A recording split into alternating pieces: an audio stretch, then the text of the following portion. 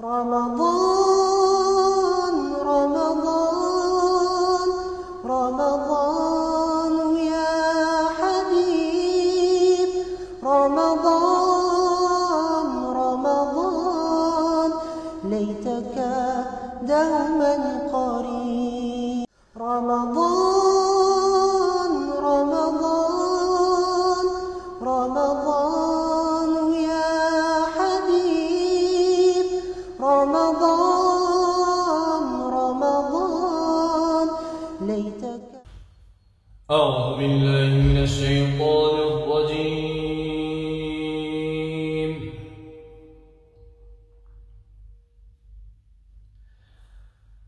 بسم الله الرحمن الرحيم.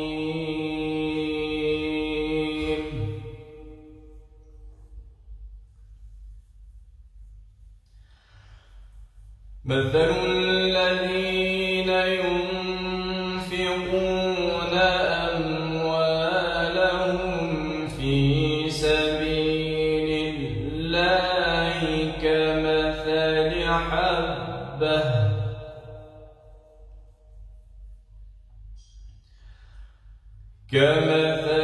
حبة أنبتت 7 سنابل في كل سنبلة 100 حبة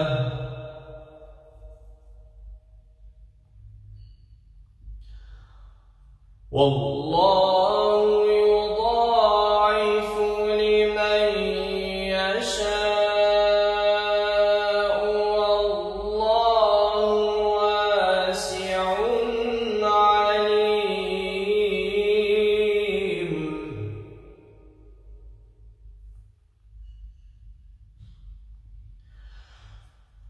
الذين ينفقون أموالهم في سبيل الله ثم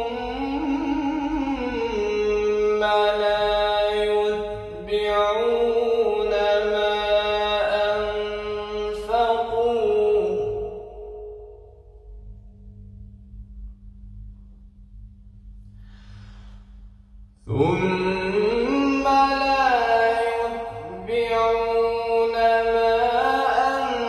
أنفقوا منا ولا أذى لهم أجرهم عند ربهم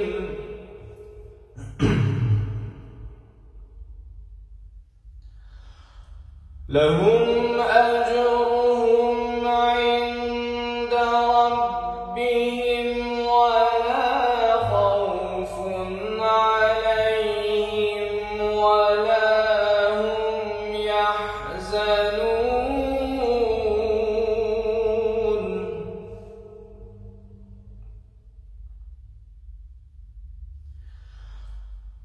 قول معروف ومغفرة خير من صدقة يتبعها أذى.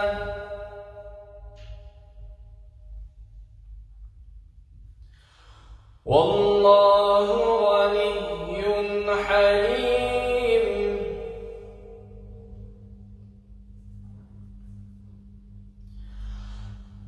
يا أيها الذين آمنوا لا تبطلوا صدقاتكم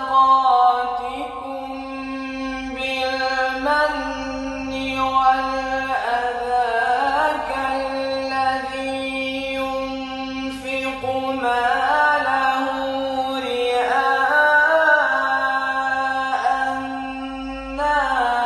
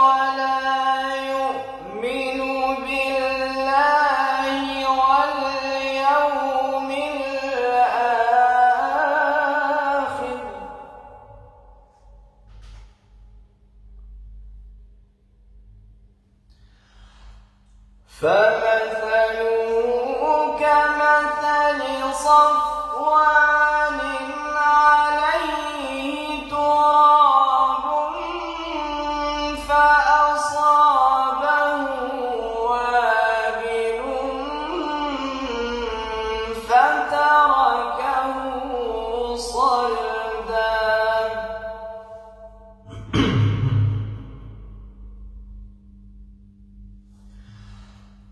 لا يقدرون على شيء مما كسبوا والله لا يهدي القوم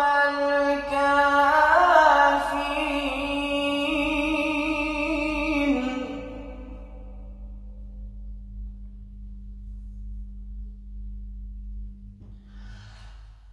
ومثل الذين ينفقون أموالهم ابتغاء مرضات الله وتثبيتا من أنفسهم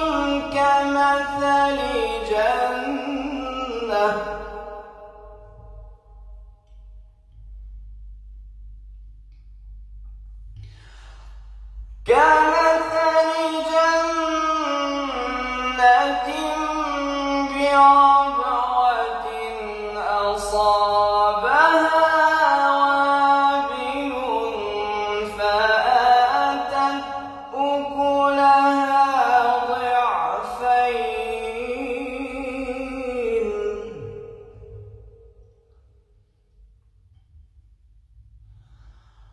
فإن لم يصبها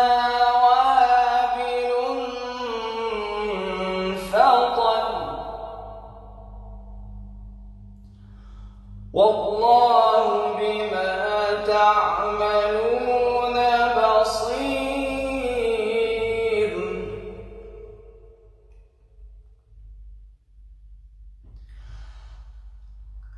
أيود أحدكم أن تكون له جنة من نخيل وأعناب تجري من تحتها الأنهار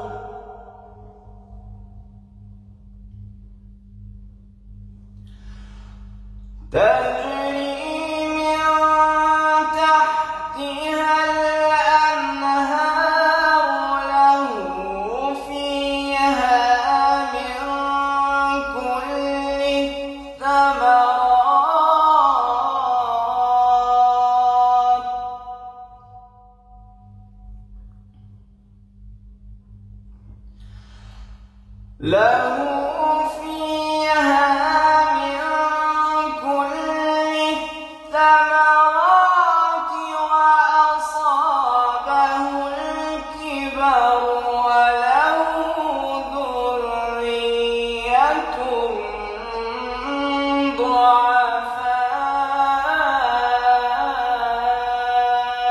ضعفاء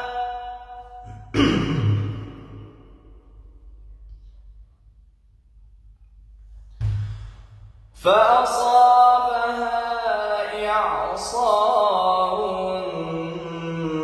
فيه نار فاحترقت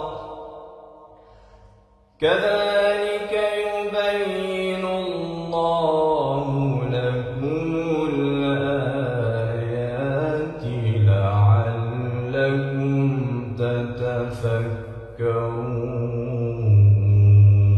تتفكرون صدق الله العظيم.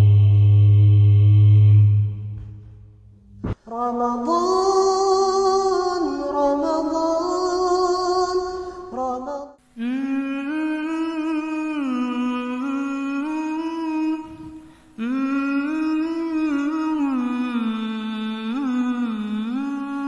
मैं तो उम्मती हूँ ए शाहे उमम कर दे मेरे आका अब नजरे करम मैं तो उम्मती हूँ ए शाहे उमम कर दे मेरे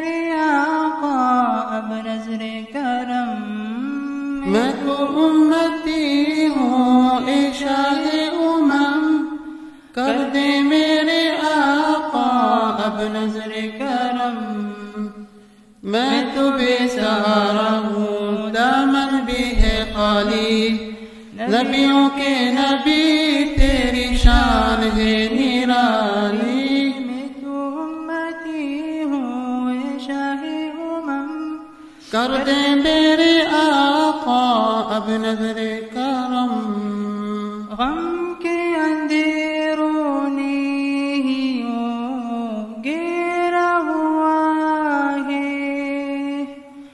आका दुश्वार जीना मेरा हुआ है बिगड़ी बना दो मेरी तैबा के वाली बिगड़ी बना दो मेरी तैबा के वाली नबियों के नबी तेरी शान है निराली मैं तो उम्मती हूँ ए शाहे उमम कर दे मेरे आका अब नजरे करम मैं तो उम्मती हूँ ए शाहे उमम कर दे मेरे आका अब नजरे करम जिसको बुलाया गया वही अर्श बरी है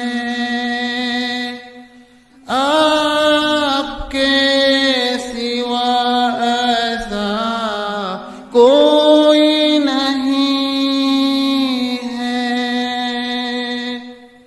जिसकी न बात कोई रब ने भी टाली जिसकी न बात कोई रब ने भी टाली नबियों के नबी तेरी शान है निराली मैं तो उम्मती हूँ ये शाहे उमम कर दे मेरे आका अब नजरे करम मैं तो उम्मती हूँ ये शाहे उमम कर दे मेरे आका अब नजरे करम जज़ाकुमुल्लाह رمضان رمضان رمضان يا بسم الله الرحمن الرحيم نحمده ونصلي على رسوله الكريم أما بعد.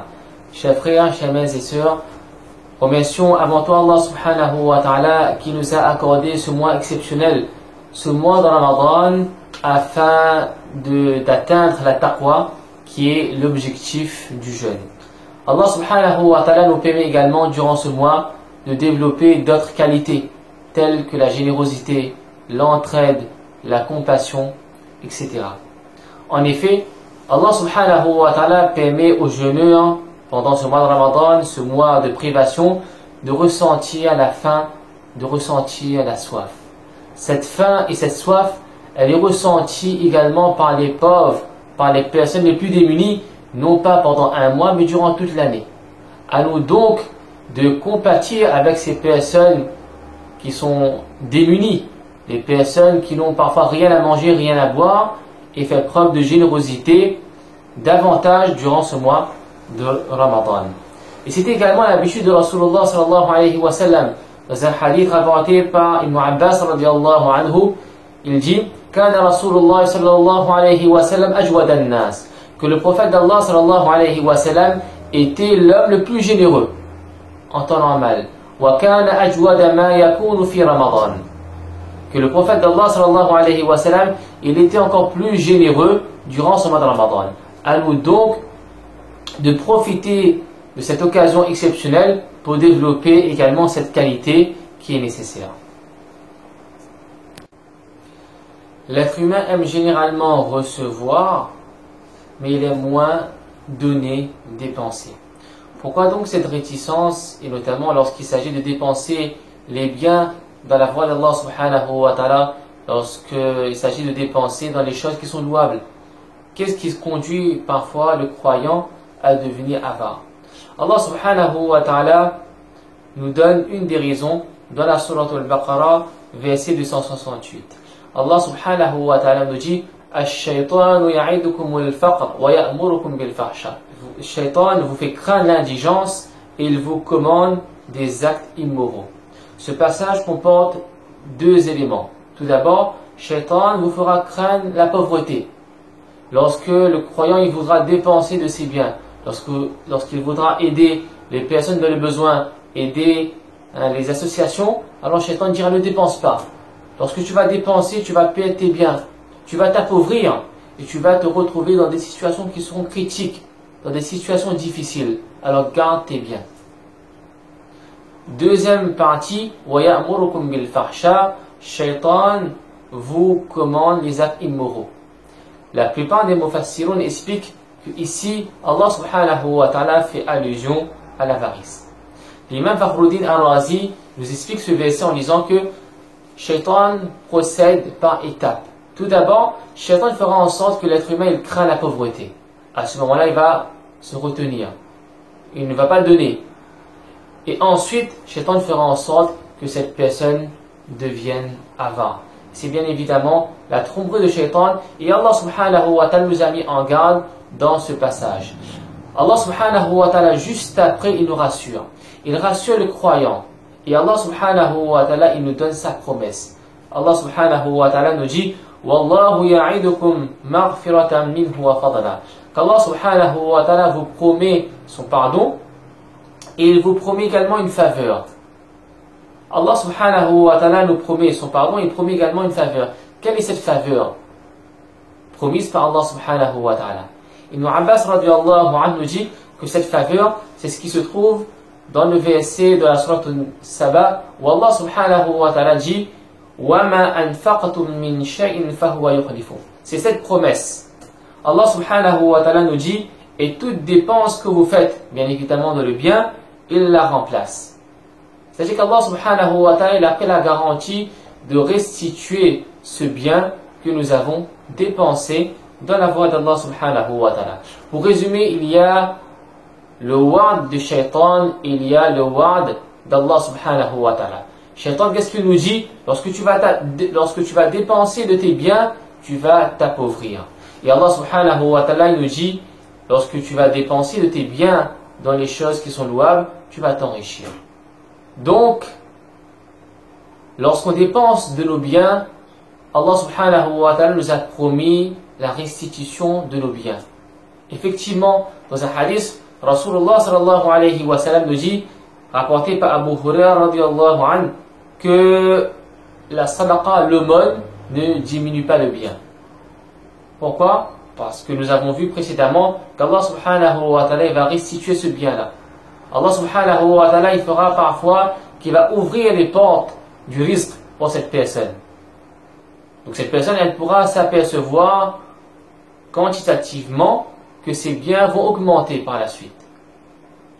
Deuxième possibilité, les ulama nous expliquent, soit Allah subhanahu wa ta'ala fera en sorte qu'il va mettre la baraka dans les biens que cette personne possède. Dans tous les cas, soyons convaincus que celui qui va dépenser ses biens dans la voie d'Allah subhanahu wa ta'ala, alors ses biens ne seront pas perdus. La personne ne sera pas perdante. Qu'elle va gagner tôt ou tard avec Allah subhanahu wa ta'ala. Si nous allons regarder à présent l'exemple de Rasulullah sallallahu alayhi wa sallam, alors le prophète d'Allah, lui, ne craignait pas la pauvreté. Anas radiallahu anhu rapporte ce hadith dans lequel un homme, après avoir reçu des dons avec le prophète d'Allah sallallahu alayhi wa sallam, il est parti voir sa tribu, il a dit فَإِنَّ مُحَمَّدًا يُعْطِي عَطَاءَ مَنْ لَا يَخْشَى الْفَقْرَ. En décrivant le prophète d'Allah sallallahu alayhi wa sallam, il dit certes Muhammad fait des dons et ne craint pas la pauvreté. Pour illustrer la générosité de Rasulullah sallallahu alayhi wa sallam, alors il y a le hadith très connu qui a été rapporté par l'imam Bukhari et l'imam Muslim dans lequel il est dit qu'un homme est allé voir le prophète d'Allah sallallahu alayhi wa sallam et lui a dit inni majhoudun, que je suis dans le besoin. À ce moment-là, quel a été le réflexe de Rasulullah sallallahu alayhi wa sallam? Le prophète d'Allah sallallahu alayhi wa sallam, il a envoyé quelqu'un voir une de ses épouses pour amener de la nourriture.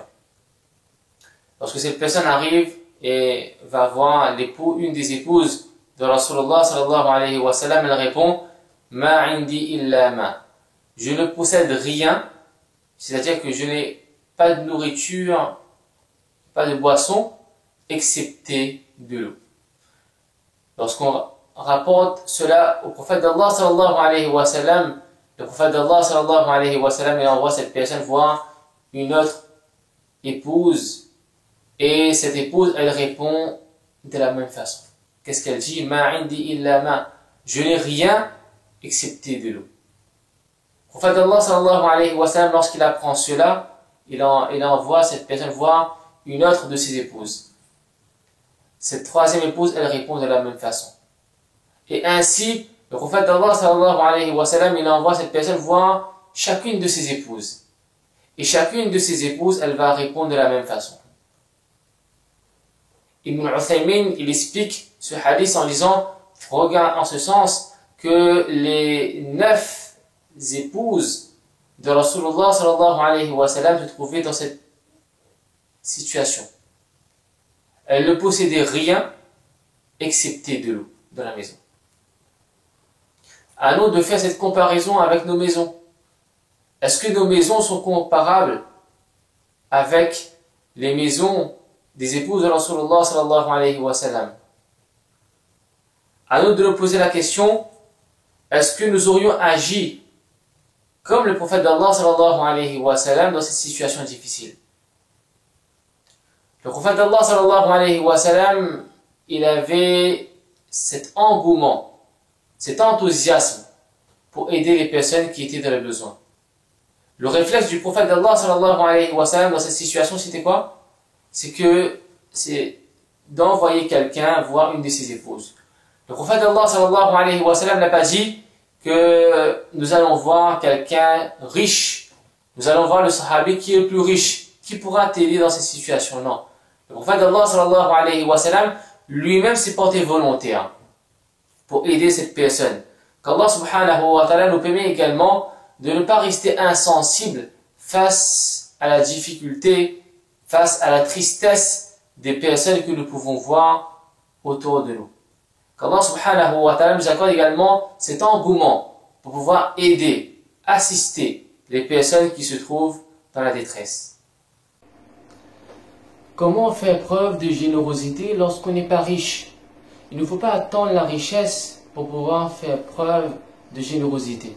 En effet, parfois, lorsque vous allez dépenser un bien, vous allez faire une aumône, et que ce bien que vous allez donner n'est peut-être pas très valeureux, n'est pas forcément considéré par les gens, si cette aumône elle est faite avec sincérité, avec ikhlas, avec les qualités requises, elle peut être la source de notre réussite dans ce monde et dans l'autre monde.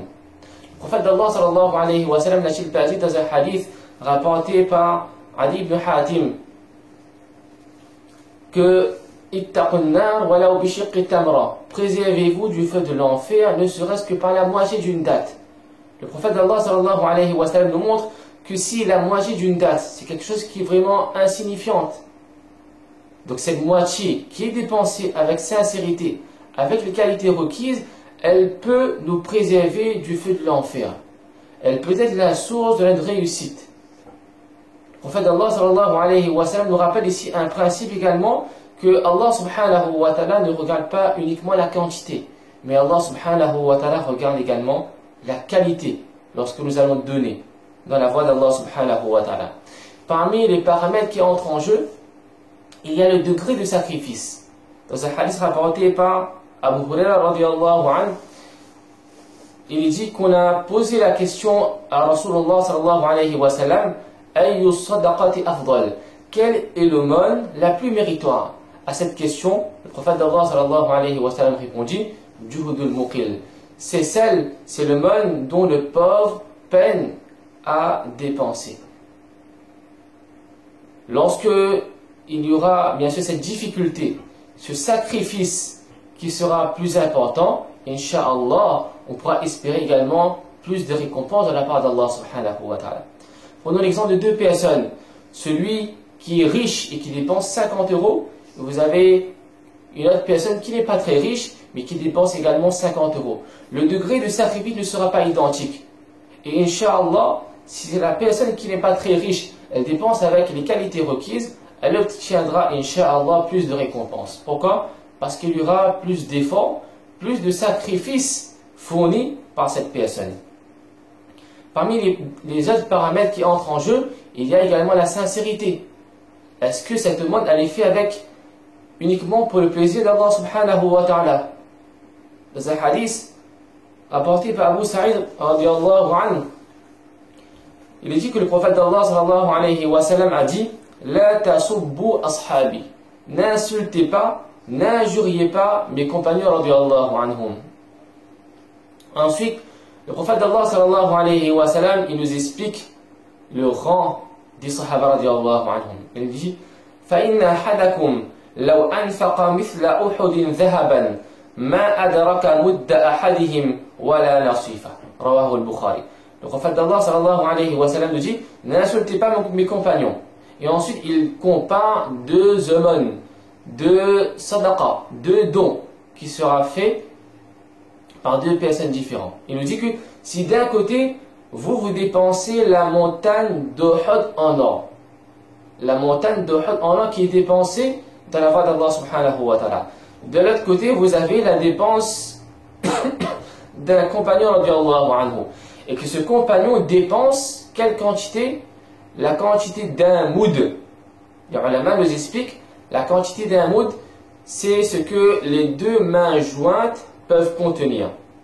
Donc le prophète d'Allah sallallahu alayhi wa sallam nous dit que si ce sahabi radiallahu anhu dépense ce que les deux mains jointes peuvent contenir, donc en nourriture, ou bien la moitié de ça.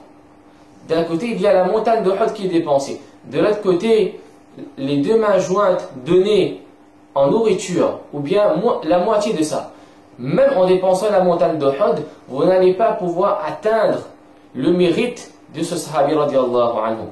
Pourtant, la quantité, la différence, elle est flagrante. D'un côté, vous avez la montagne d'Uhud, d'un côté, vous avez la quantité de deux mains jointes. Vous avez, c'est également cette différence au niveau du contenu. D'un côté, vous avez de l'or, de l'autre côté, vous avez la nourriture. Mais malgré cela, le prophète d'Allah sallallahu alayhi wa sallam nous dit que vous n'allez pas pouvoir obtenir le mérite de ce sahabi radiallahu anhu. Pourquoi? Parce qu'il y aura plus de qualité, il y aura plus de sincérité. C'est pour cela, mes chers frères, mes chères sœurs, qu'il est important qu'on développe également ces qualités. Que ne nous focalisons pas uniquement sur la quantité. Donnons avec sincérité, donnons avec taqwa. Et incha'Allah, ce que nous allons donner pour le plaisir d'Allah subhanahu wa ta'ala, Allah subhanahu wa ta'ala nous récompensera pleinement dans les deux mondes, ici-bas et dans l'au-delà. Comprenons bien que cette sadaqa, cette aumône qui sera faite, même si elle est minime, elle peut paraître minime pour certains, Allah subhanahu wa ta'ala nous récompensera pleinement et elle peut être la source de notre réussite dans les deux mondes.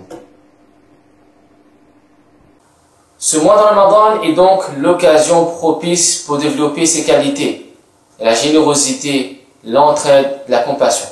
Et gardons à l'esprit qu'il faudra bien évidemment se méfier de Shaitan. Pourquoi? Comme nous avons vu précédemment, que lorsque nous allons vouloir dépenser dans la voie d'Allah subhanahu wa ta'ala, dans les œuvres charitables, alors Shaitan nous dira: ne dépense pas tes biens, et Shaitan nous fera craindre la pauvreté. Mais n'oublions pas également la promesse d'Allah subhanahu wa ta'ala. Le prophète Allah subhanahu wa ta'ala qui nous a promis un temps de récompense. Et nous allons bien évidemment récolter ces récompenses tôt ou tard. Imitons ainsi le prophète d'Allah sallallahu alayhi wa sallam. Le prophète d'Allah sallallahu alayhi wa sallam qui était toujours présent pour les nécessiteux.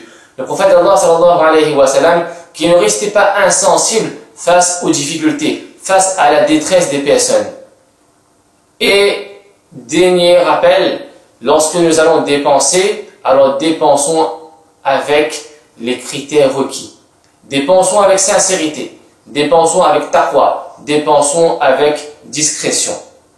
Et pour terminer, je voudrais rappeler un hadith qudsi dans lequel Allah subhanahu wa ta'ala, en s'adressant à l'humanité, Allah subhanahu wa ta'ala, en s'adressant à chacun d'entre nous, il nous interpelle en disant: Ya bana Adam, ô fils d'Adam, anfiq, dépense, unfiq alayk, je dépenserai pour toi. Qu'Allah subhanahu wa ta'ala nous accorde, bien évidemment, cette chance de développer cette qualité, de développer cette générosité, et plus particulièrement durant ce mois de Ramadan. Wa akhiru da'wana anil hamdulillahi rabbil alamin. Assalamu alaykum.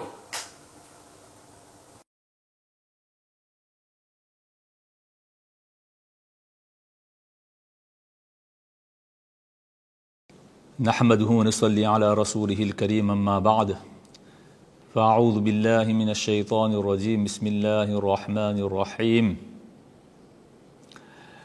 مثل الذين ينفقون أموالهم في سبيل الله كمثل حبة أنبتت 7 سنابل في كل سنبلة 100 حبة والله يضاعف لمن يشاء والله واسع عليم صدق الله العظيم.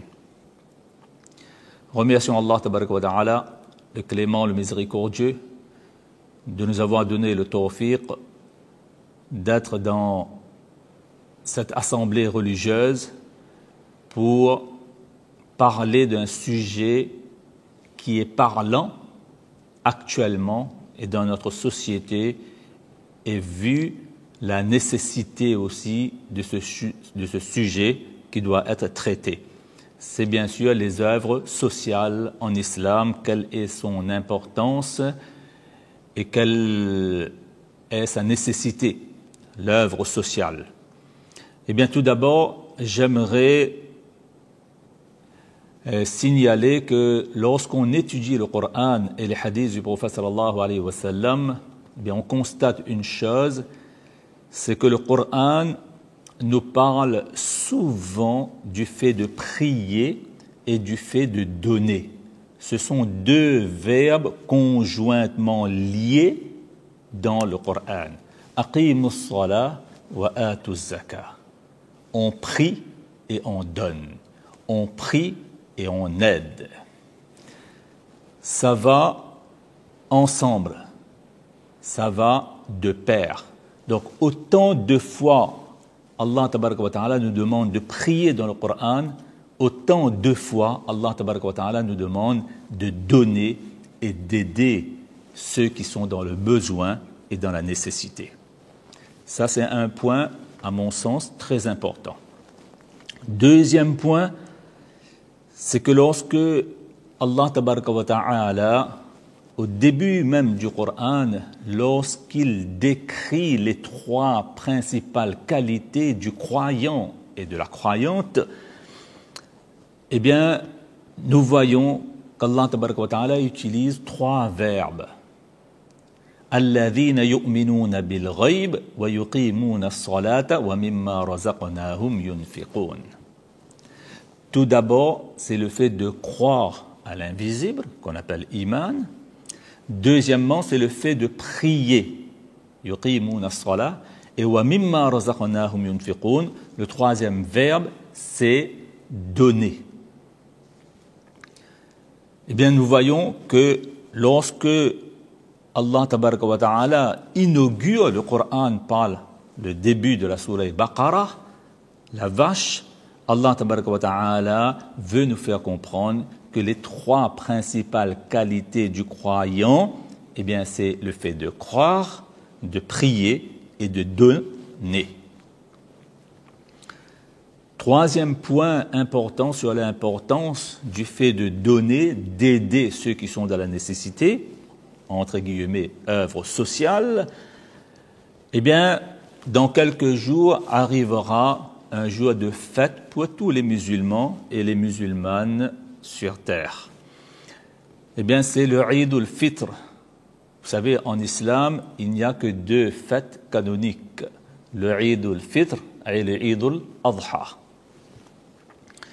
Eh bien, quel message l'islam veut transmettre à chacun et à chacune d'entre nous au cours de ces 2 fêtes islamiques? Eh bien, ce qu'on constate, ce qu'on voit, c'est que lors de la première fête qu'on appelle le Eid al-Fitr, eh bien, Allah tabaraka wa ta'ala nous recommande de donner le sadqa et fitr et ensuite on prie sous forme de la Salatul Eid. Deuxième fête, le Eid al-Adha, eh bien, Allah tabaraka wa ta'ala nous demande de faire l'inverse. C'est-à-dire, on prie, puis on sacrifie un animal et on partage aux autres, et plus particulièrement à ceux qui sont dans la nécessité et dans le besoin, la chair de l'animal immolée et égorgée. Donc, le message puissant et fort qu'Allah tabaraka wa ta'ala veut lors de ces deux fêtes islamiques, c'est qu'on donne et on prie. Soit on prie et on donne. On voit toujours que le verbe donner et l'action de donner est conjointement cité et lié avec le fait de prier en islam. Et j'aimerais, quatrième point, pour montrer toujours l'importance de l'œuvre sociale, le fait d'accompagner ceux qui sont dans le besoin, d'aider ceux qui sont dans la nécessité, eh bien, c'est que Allah tabaraka wa ta'ala a fait comme l'action de prier, l'action de donner comme un besoin fondamental de notre être. Oui, c'est-à-dire l'être humain, il a besoin de croire en Allah, à l'invisible, de la vie après la mort. C'est un besoin fondamental de son être. Il a besoin aussi de prier, oui, mais il a besoin aussi de contribuer, il a besoin de se sentir bien. Et pour se sentir bien, eh bien, on doit contribuer et on doit donner exactement comme l'homme, il a besoin de manger, de boire, de prier, de croire et de s'habiller. Voilà pourquoi, en islam, le concept de l'œuvre sociale, c'est que le donateur lui-même est redevable aux nécessités. Parce que les nécessités lui ont permis de satisfaire un de ses besoins fondamentaux. Donc, c'est le nécessité, c'est celui qui est dans le besoin qui fait une faveur au donateur. Et l'un des moyens, un point aussi très important de l'œuvre sociale et de son importance, c'est que c'est l'un des moyens par excellence pour donner une bonne image de l'islam et des musulmans.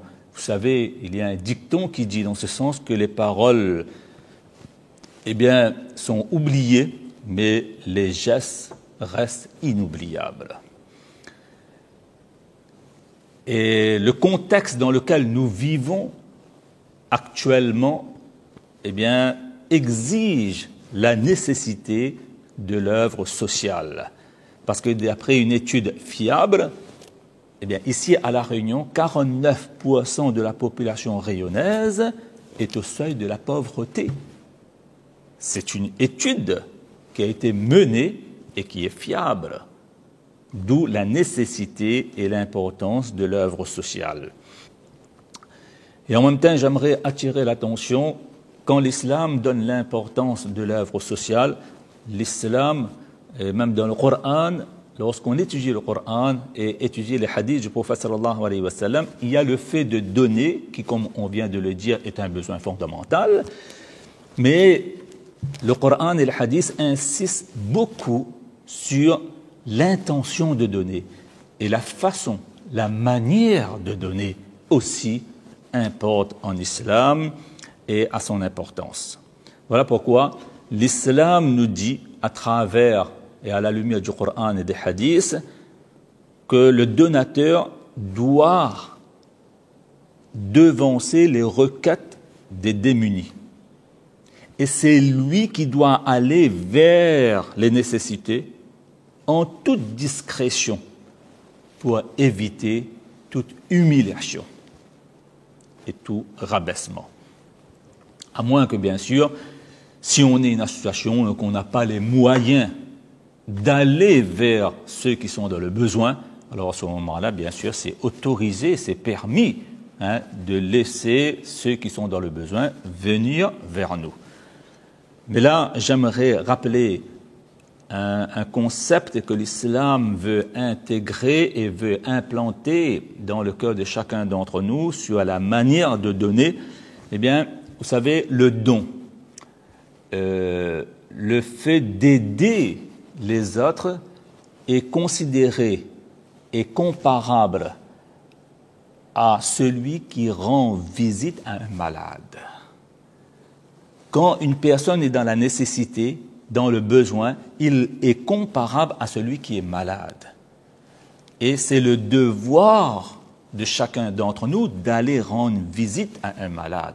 Ce n'est pas le malade qui doit cogner notre porte. Eh bien, dans le Coran et dans les hadiths, Allah tabaraka wa ta'ala et le prophète sallallahu alayhi wa sallam situent et précisent que celui qui est dans le besoin est comme un malade.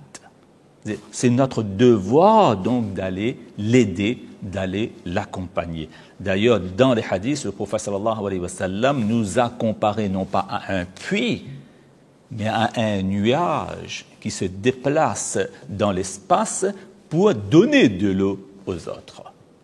Donc, ne soyons pas un puits, mais un nuage, soyons un visiteur et non pas un malade.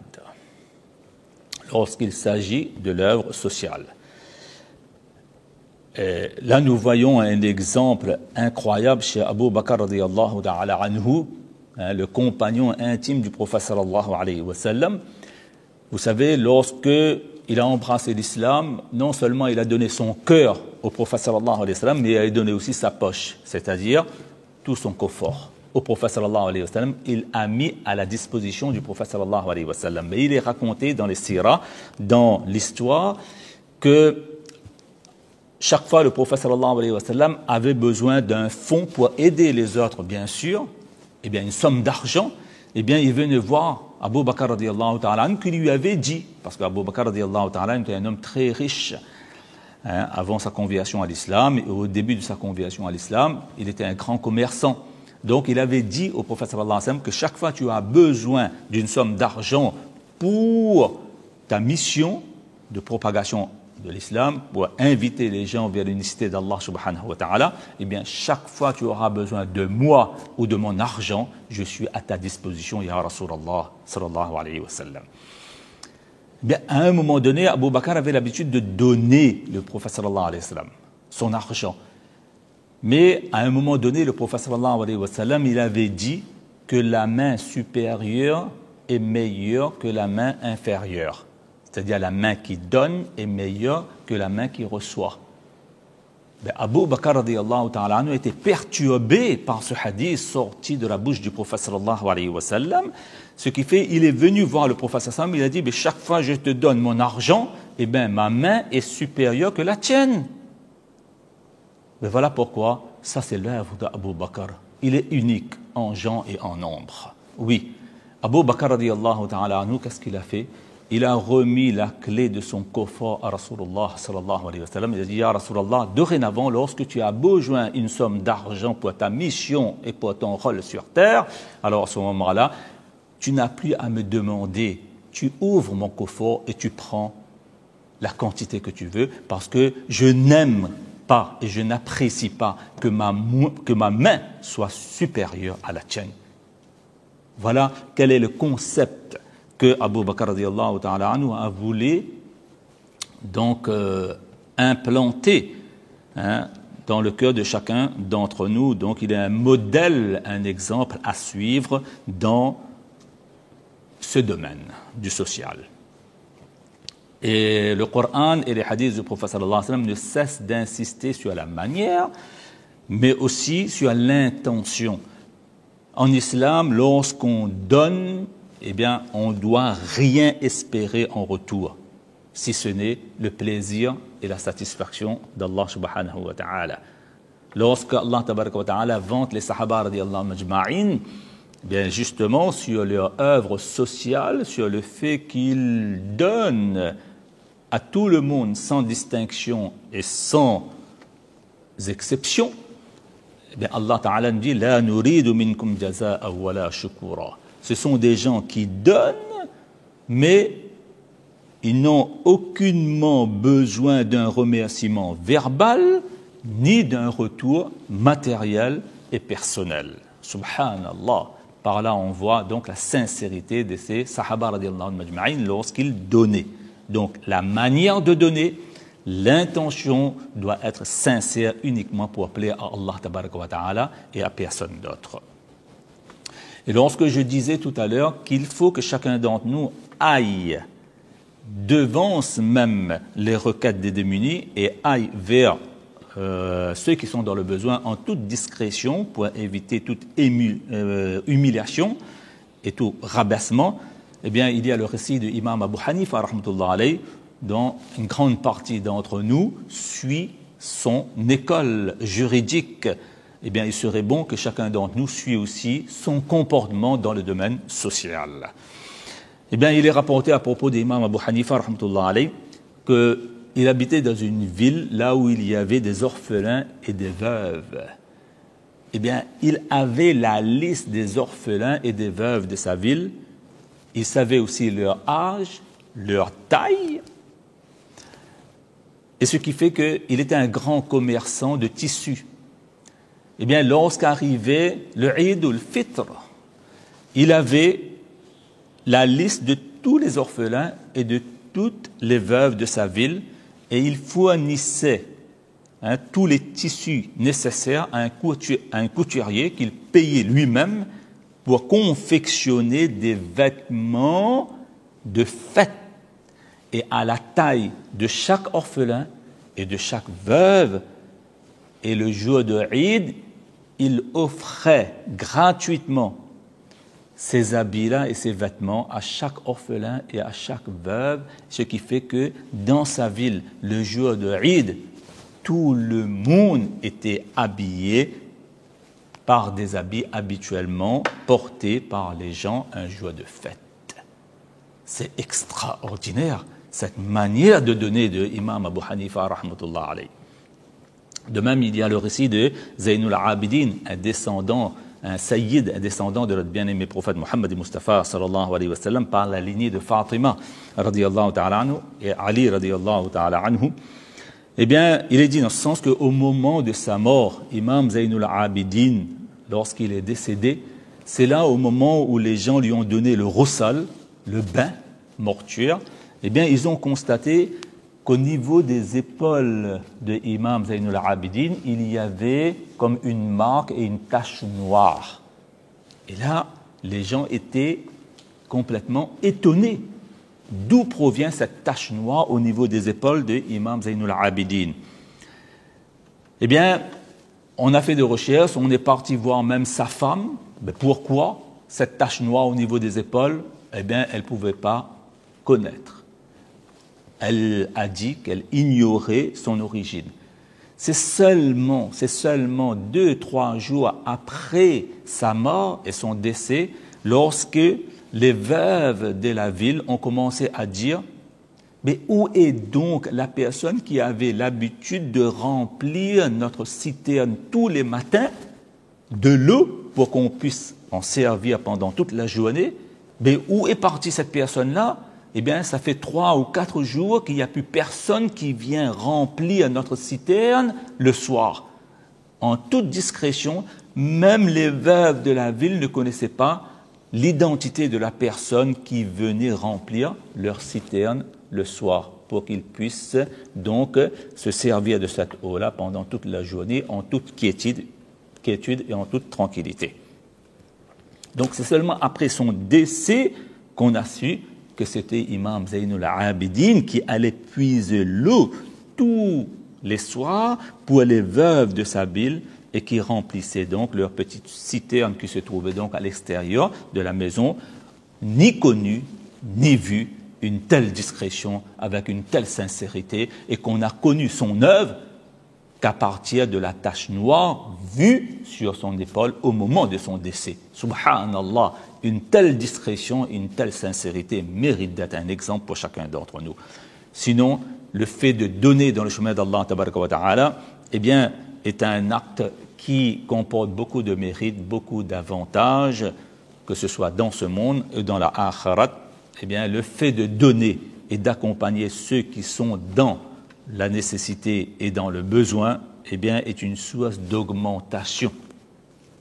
D'augmentation, je m'explique que dans le Coran, Allah Tabaraka wa Ta'ala nous dit dans le verset qu'on a lu au début, Allah Tabaraka wa Ta'ala nous dit que lorsque l'agriculteur, eh bien, il plante une graine dans la terre, eh bien, à un moment donné, lorsque cette plante-là, eh bien, grandit et pousse, eh bien, on remarque que si c'est un blé, eh bien, alors à ce moment-là, il y a 7 épis qui poussent.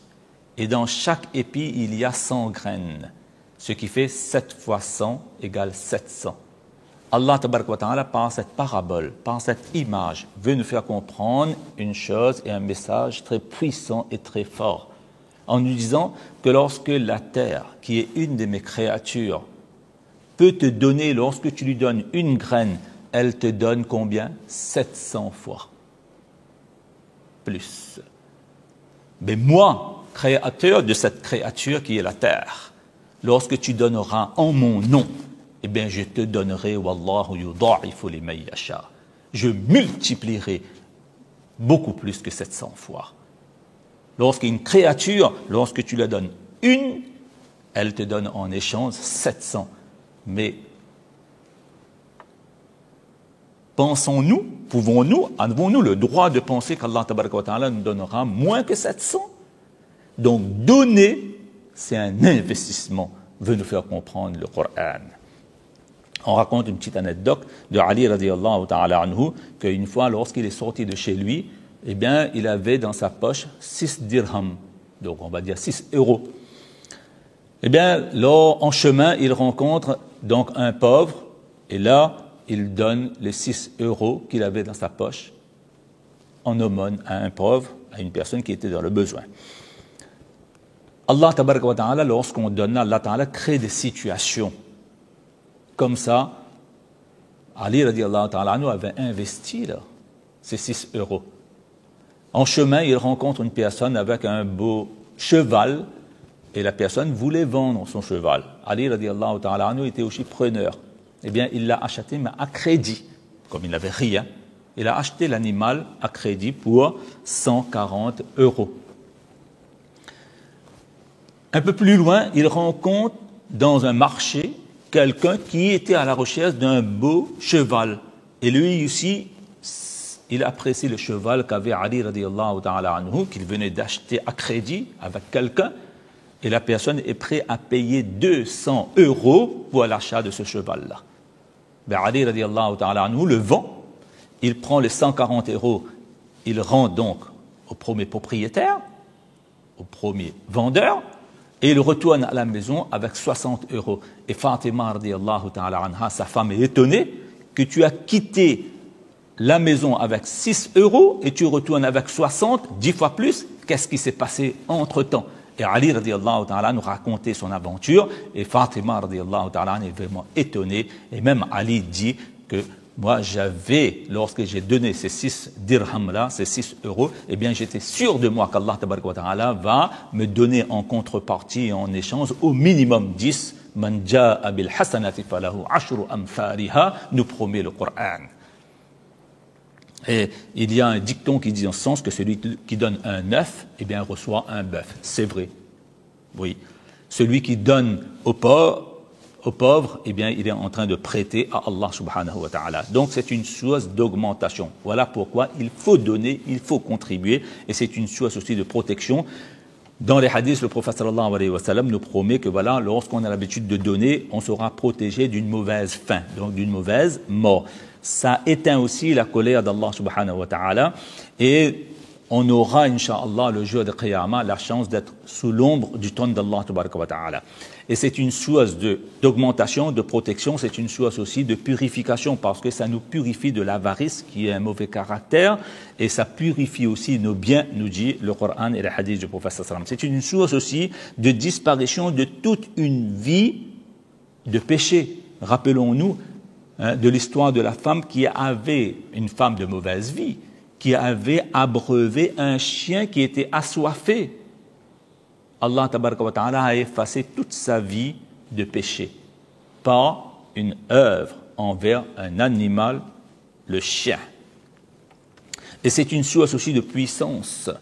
Oui, l'action de donner est puissante et forte en islam. Il y a un hadith très connu, nous allons essayer de résumer, où après la création de la terre, eh bien, les anges étaient étonnés de voir que la terre s'est mise à trembler, n'était pas stable, n'était pas équilibrée. Mais pour équilibrer la terre, Allah tabaraka wa ta'ala, il a créé des reliefs, c'est-à-dire des montagnes et des collines. Voyant la puissance des collines pour la stabilité de cette grande planète qu'est la terre, eh bien, les anges ont demandé à Allah tabaraka wa ta'ala qu'il y a-t-il une créature qui est plus puissante, plus forte que les montagnes.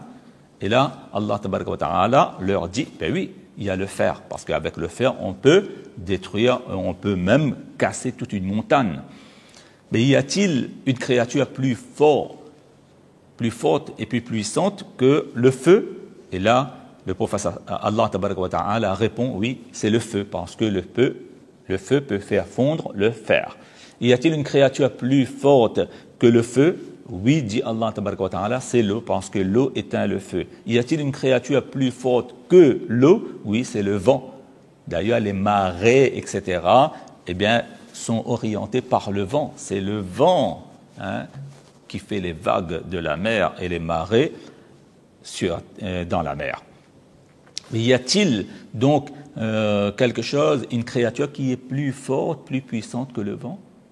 Et là, le prophète sallallahu alayhi wa sallam répond dans les hadiths qu'Allah tabaraka wa ta'ala a dit, oui, lorsque le musulman et la musulmane aident quelqu'un avec sa main droite, dont la main gauche ignore ce que la main droite a fait, avec une telle discrétion et avec une telle sincérité. Cette action qui est sortie de l'homme, eh bien, est plus forte, d'après Allah tabaraka wa ta'ala, que la montagne, le fer, le feu, l'eau et le vent. Pourquoi? Bien, pour la simple raison. Lorsqu'on donne, comme on vient de dire là, eh bien, on arrive à éteindre la colère d'Allah, alors que ni la montagne, ni le fer, ni le feu, ni l'eau, ni le vent ne peuvent éteindre la colère d'Allah subhanahu wa ta'ala. Et aussi, c'était l'attitude du prophète sallallahu alayhi wa sallam. Vous savez, le prophète sallallahu alayhi wa sallam, il aimait tellement donner, contribuer. Il était un modèle de la générosité, et plus particulièrement pendant le mois de Ramadan, le prophète sallam était comme le vent qui soufflait. C'est cette comparaison-là qu'on donne du prophète sallallahu alayhi wa sallam dans le mois de Ramadan. Il ne priait pas seulement, il donnait aussi. Il est important, à mon sens, d'insister sur cette action et sur ce verbe de donner.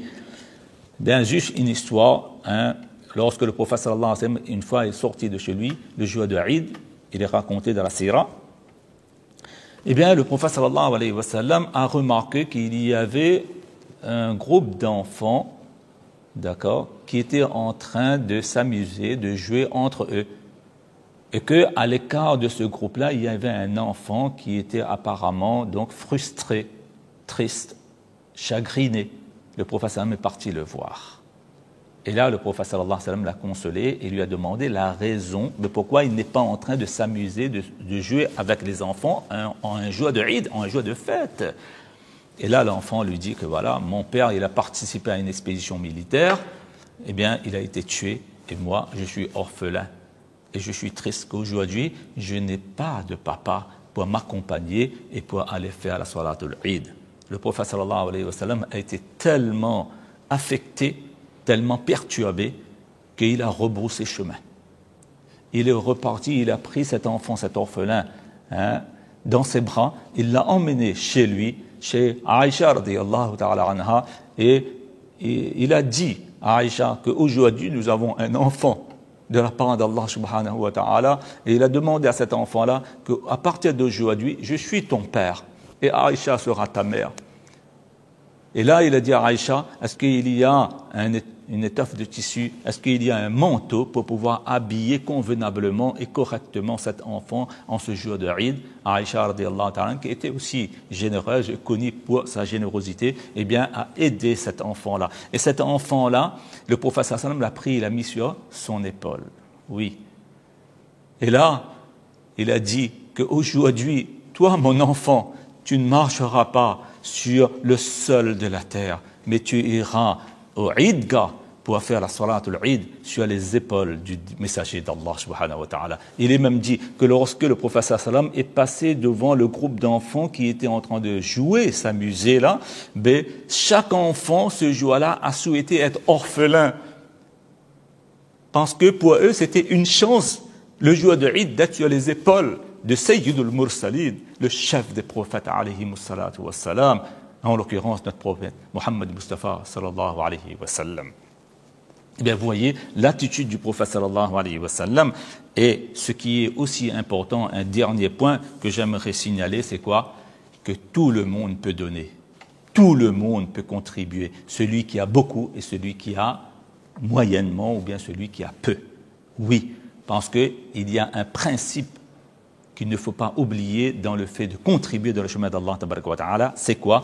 C'est qu'Allah tabaraka wa ta'ala tient compte et considère le pourcentage qu'on a donné par rapport à ce qu'on possède. Je m'explique par un exemple tout simple. Si une personne ne possède que 100 euros, il donne 1 euro. Il y a une deuxième personne qui possède 1000 euros et il donne 10 euros.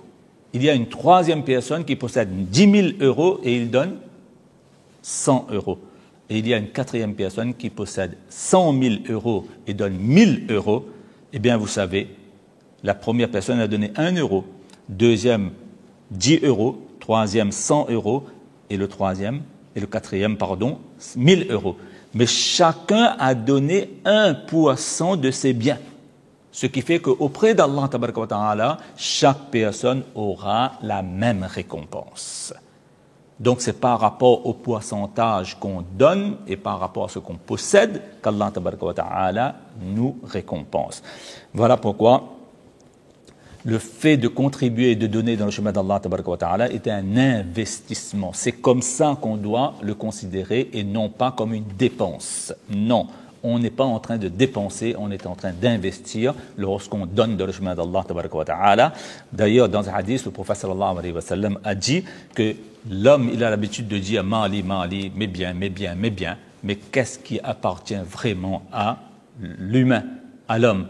Mais c'est le repas qu'il a pris et qu'il a digéré. Ça lui appartient. L'habit qu'il a porté et qu'il a usé. Et aussi, troisième chose, c'est l'aumône qu'il a donné et qu'il a investi dans l'akhirat. Lorsqu'on meurt, eh bien, il y a 3 choses qui demeurent sur terre, nous dit Rasulullah sallallahu alayhi wa sallam. Et parmi ces 3 choses, eh bien, on trouve la mention de l'aumône perpétuelle, d'où son importance.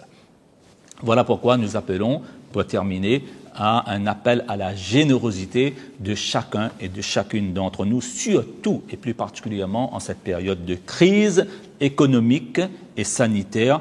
Eh bien, il y a beaucoup dans toutes les villes, alhamdulillah, ici à La Réunion, il y a des associations qui travaillent dans ce sens-là, dans le social, et qui sont très actives, alhamdulillah, mais il faut les aider. Il faut contribuer et il faut les aider vraiment. Et entre autres, donc, comme je suis donc le responsable d'une association sociale à Saint-Louis, Secours Saint-Louisien, qui existe depuis les années 1993 et qui a pour objectif de favoriser le rayonnement de la charité et toute action d'intérêt général et aussi d'apporter partout et chaque fois que le besoin se fait sentir une assistance directe ou indirecte, matérielle ou morale, quelle que soit l'appartenance confessionnelle et ethnique des bénéficiaires. A pour objectif aussi de créer des caisses d'entraide et de soutien, de collaborer avec les organismes ou institutions reconnues qui ont des objectifs analogues aux nôtres. Et à partir, Inch'Allah, de vos généreux dons, eh bien, l'association Secours Saint-Louisien, eh bien, il a l'habitude de développer plusieurs actions, des colis alimentaires au cours de l'année, et plus particulièrement dans le mois de Ramadan, et aussi un repas est servi le jour de Eid al-Fitr. Il y a des aides ponctuelles qui permettent de faire face donc à des besoins immédiats de la vie quotidienne de chacun d'entre nous. Et vous savez, c'est une nécessité, comme on a dit au début, que les besoins sociaux augmentent considérablement dans notre société. Il y a une forte croissance de la population il y a la diversification des besoins, il y a l'appauvrissement lié à la précarisation, donc du travail notamment. Eh bien, voilà pourquoi le Secours Saint-Louisien, il a construit un bâtiment sur un terrain d'environ 2400 mètres carrés à Saint-Louis. Et Inch'Allah, faites doigt, et on a grandement besoin de l'aide d'Allah tabaraka wa ta'ala et de vos doigts. Son revenu locatif permettra à l'association, Inch'Allah, d'élargir et de pérenniser ses actions sociales. Par exemple, d'installer donc une banque alimentaire, un foyer d'accueil, une cellule d'écoute, accompagnement donc dans les démarches administratives, aider aussi les autres à l'insertion professionnelle et sociale, la formation et la mise à disposition d'une salle polyvalente pour un mariage ou décès, etc. Et bien sûr, l'aide humanitaire aux pays touchés par des catastrophes. Donc, l'objectif du Secours Saint-Louisien, eh bien, c'est avant tout de créer un lien social et non pas de faire tomber les autres dans la cistana.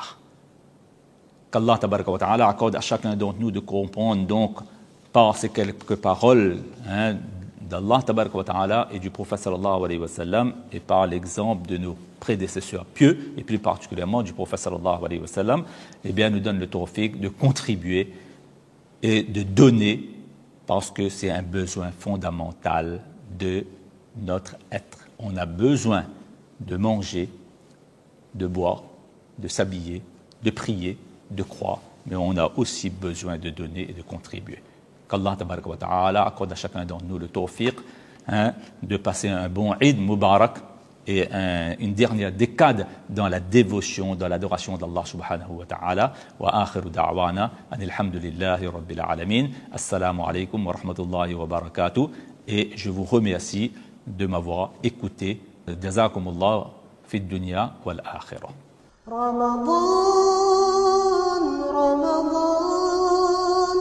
Ramadan, ya.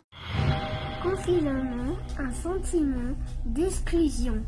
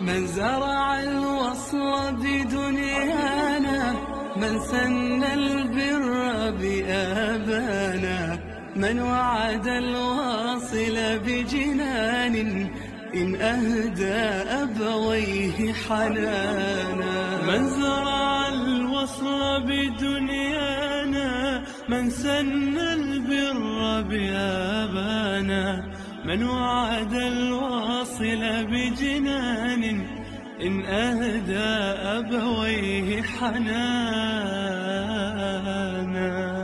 من أوصى الدنيا مجتهدا بفقير يجلس منفردا من جعل البسمة ديدنه لواسي مهموما ضاقا من أوصى الدنيا مجتهدا بفقير يجلس منفردا من جعل البسمة ديدنه لواسي مهموما ضاقا إنه طهر تسامى رحمة للعالمين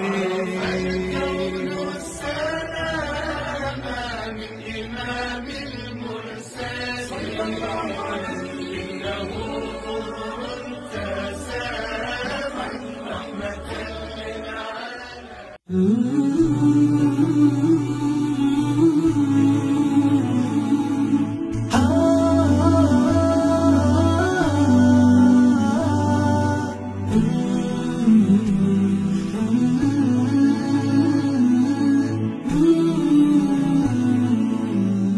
شكرا يا ربي شكرا هديت قلبي شكرا نورت دربي شكرا شكرا يا رب شكرا يا ربي شكرا هديت قلبي شكرا نورت دربي شكرا شكرا يا رب شكرا يا منزل القرآن يا خالق الإنسان يا رب يا رحمن شكرا يا رب شكرا يا رب يا منزل القرآن يا خالق الإنسان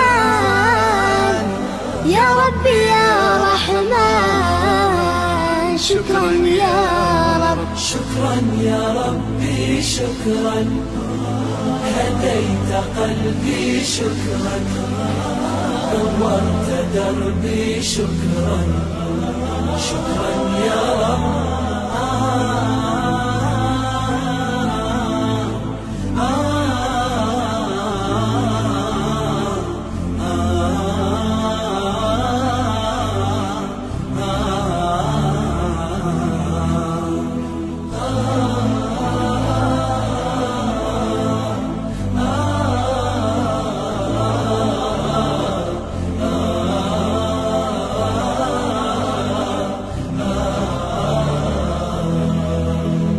شكرا يا ربي شكرا